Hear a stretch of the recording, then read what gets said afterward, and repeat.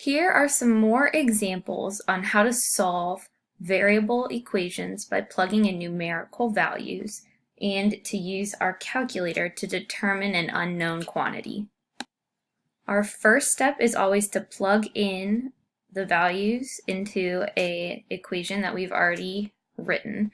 So let's go ahead and do that now. You can see here our values, our numerical values are written in purple and our units are written in blue. Remember, we do not plug units into an equation and we don't substitute anything in for them because all a unit does, like this kg right here, tells me that this 5 represents a mass in our equation. So again, like we could go ahead and put this in our calculator. I'm going to go ahead and simplify some things before I do that. So when I do that, my tension force is going to equal 5 times 10, which would be 50. I'm going to simplify the units too. I've got kilograms times meters per second squared. So my simplified or combined units would be kilogram meters per second squared minus, I've got 5 times -4, which gives me -20. And again, my units would be kilogram meters per second squared. And then last but not least, if I look at these final terms, I got 0.4. Now mu is special. It's a ratio. It's called the coefficient of friction. So it actually has no units because it's comparing two values of the same quantity, so the units cancel. So I've got 0.4 times 5 times 10. So 5 times 10 is 50.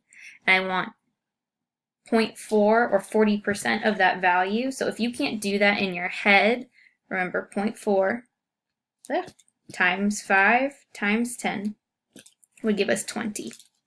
So minus 20. And again, I've got no units times kilograms times meters per second squared. And as you can see here, all three of my terms have the same units. They're all measured in kilogram meters per second squared. So I can then combine my values. Now my next step before I put things into the calculator is to look at this right here.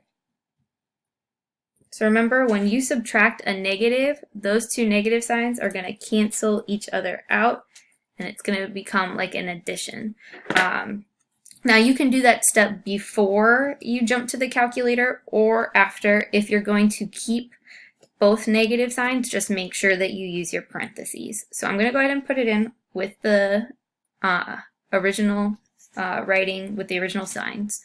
So I've got 50 minus -20 minus 20. Now remember, I don't put in any units, and once I do that, I'm going to end up with 50. Because if you look here I've got +20, here I've got -20. I really didn't need to put this into my calculator because I can see that those two values will cancel one another out. And so my tension force is going to be 50, and my units will be kilogram meters per second squared. Now just so you know, the name of this unit is something called a Newton, and it's the SI unit of force.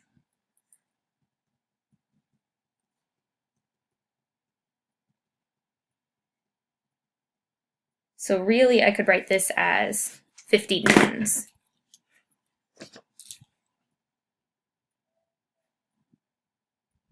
But that's where the newtons come from. A newton is defined as a kilogram meter per second squared. So that would be our answer. This next example is going to involve fractions, and fractions become really important when we begin our study of circuits, which is why I've chosen to include this one.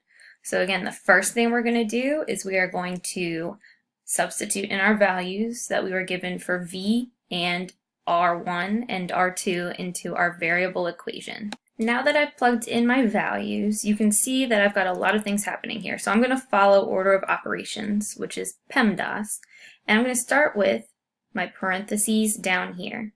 Notice how both of these things are being added in the denominator, so I'm going to start off by adding them before I do anything else. So I have 200 volts that are squared, and then 80 plus 20 is 100, and those are measured in ohms. So I'm going to go ahead and write my units in a different color. So step 1, done. I've used my parentheses. Next comes my exponent that's hanging out up here, this squared. So I'm going to go ahead and do 200 squared. Remember, 2 times 2 is 4, and then you'd add twice the zeros, but just in case you don't trust that method, we've got 200, and we're going to square it, and it's going to give me 40,000 volts. So now I've got 40,000, so 4 followed by 4 zeros, divided by 100 ohms. And I could go ahead and put this in my calculator, but I think you guys can do the math in your head. Remember, whenever you're dividing by something that's a multiple of 10 that's in the metric system, these zeros will cancel. So like the 2 zeros here will cancel out 2 of the zeros here. So 40,000 divided by 100 is 400. And just to double check, there's our proof. So our answer would be 400. And if we look at my units, I have volts in the top divided by ohms, this omega symbol, in the bottom. And that would be my answer. Sometimes we have to work with really big numbers that are in scientific notation. So this example is going to involve squaring a number in scientific notation. I've already gone ahead and written out my equation with the value substituted in. And what I recommend whenever you're dealing with exponents, it's usually a good idea to type in the terms one at a time and use your second answer feature to streamline the process, because it's easy to forget parentheses when you're working with large numbers in scientific notation. So I'm going to go ahead and actually start over here with my squared velocity value. So I have 2 times 10, and then this little caret symbol will be my power to the 5th. All right, and I'm going to hit enter. Now, if I want, I can actually change it so that my calculator displays stuff in scientific notation mode. So by hitting second and then SCI/engineering, if I switch from float to scientific notation, see how it displays my stuff as, maybe if I bring it a little closer, is 2 times 10 to the 5th. And what I'm going to do is I'm going to do second answer, and I'm going to square that number. And I've got 4 times 10 to the 10th. So I'm going to go ahead and rewrite my value having completed that step. So I have 1/2 times 4 times 10 to the 3rd power, and then 2 times 10 to the 5th squared is going to be replaced by 4 times 10 to the 10th power. And check out my units. So I've got meters here, and I've got seconds here. So this actually becomes meters squared per second squared, because whatever I do to the number, I do to the units that it's measured in as well. So now I have a little bit simpler value set to work with. So I've got 4 times 10 to the 10th in my calculator already. So I'm going to go ahead and hit second answer again, and I'm going to go ahead and multiply it by everything that's left. So I've got 4 times 10 raised to the power of 3 times 1/2. And there we go, there's my answer. So I've got 8 times 10 to the 13th power. So I'm going to go ahead and write that down. So I've got 8 times 10 to the 13th power. And if you notice, when I multiply things with exponents, the trick is like 10 to the 3rd and 10 to the 10th. If I'm multiplying those together, I'm going to get 10 to the 13th. I'm adding those exponents. Now that only works if the base number is the same, like both of these have a 10 being raised to a power, but that's a shortcut that could help you do this if your calculator weren't available to you. So I've got 8 times 10 to the 13th, and then my units would be kilogram meter squared per second squared. Now this has a fancy name in physics, and this is a joule.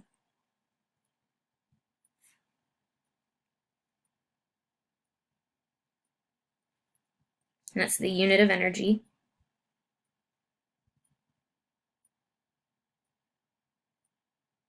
So I could actually write this as K equals 8 times 10 to the 13th power, and a capital J for joules. For this one, order of operations becomes important because you have a fraction subtracted from a fraction. So let's go ahead and plug in our numbers.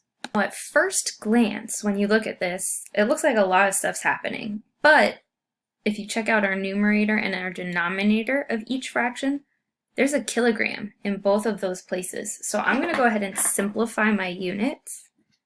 And what happens is we're going to end up with one value measured in meters per second squared minus another value in meters per second squared, which is why we'll be able to use our calculator.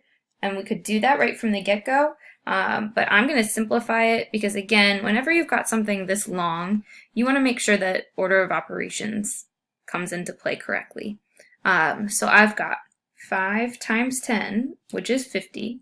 I'm going to actually switch back into float mode, not scientific notation mode, because I'm dealing with small numbers. So I've got 5 times 10, which is 50, divided by 4, which gives me 12.5.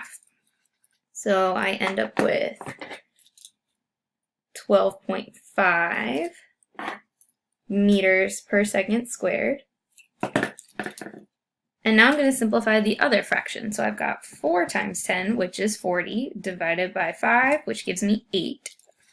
So I've got 8 meters per second squared. And I think we all can do this math without a calculator. So we now have 12.5 minus 8, which is way easier to deal with than these fractions that we started with. So again, sometimes simplifying things with the calculator can then speed up the process. But something like 12.5 minus 8, it's faster to do in your head than to plug it into the calculator. So whenever you can do mental math, it's a good idea. And I'm left with 4.5 meters per second squared as my acceleration. And that would be my answer.